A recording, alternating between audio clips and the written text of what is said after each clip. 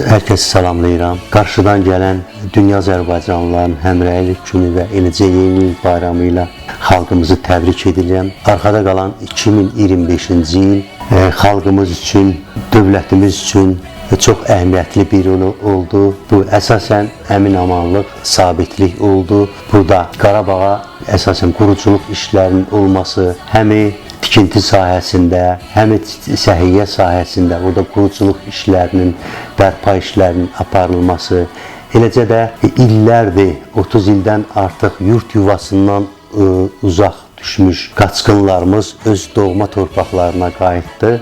Beləliklə 2025-ci il uğurlu oldu. Qarşıdan gələn 2026-cı ilində bütün dost, tanış, dünya Azərbaycanlılar və millətimiz üçün düşərli, xeyirli, uğurlu olmasını arzulayıram və Azərbaycanımızın sağlam, daha nüfuzlu, daha qüdrətli olmasını arzu edirəm. Bayramınız mübarək olsun.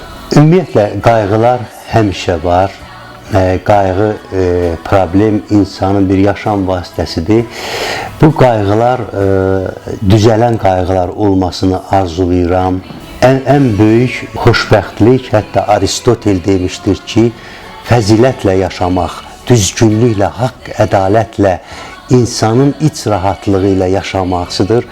Mən bütün xalqımıza fəzilətli, iç rahatlıqlı, haqq ədalətli yaşamağı arzulayıram. Qayğı problem ola bilər, ancaq o zəhmətin içərisində bütün xalqımıza iç rahatlığı arzulayıram. Belə xoşbəxt olmasını arzulayıram.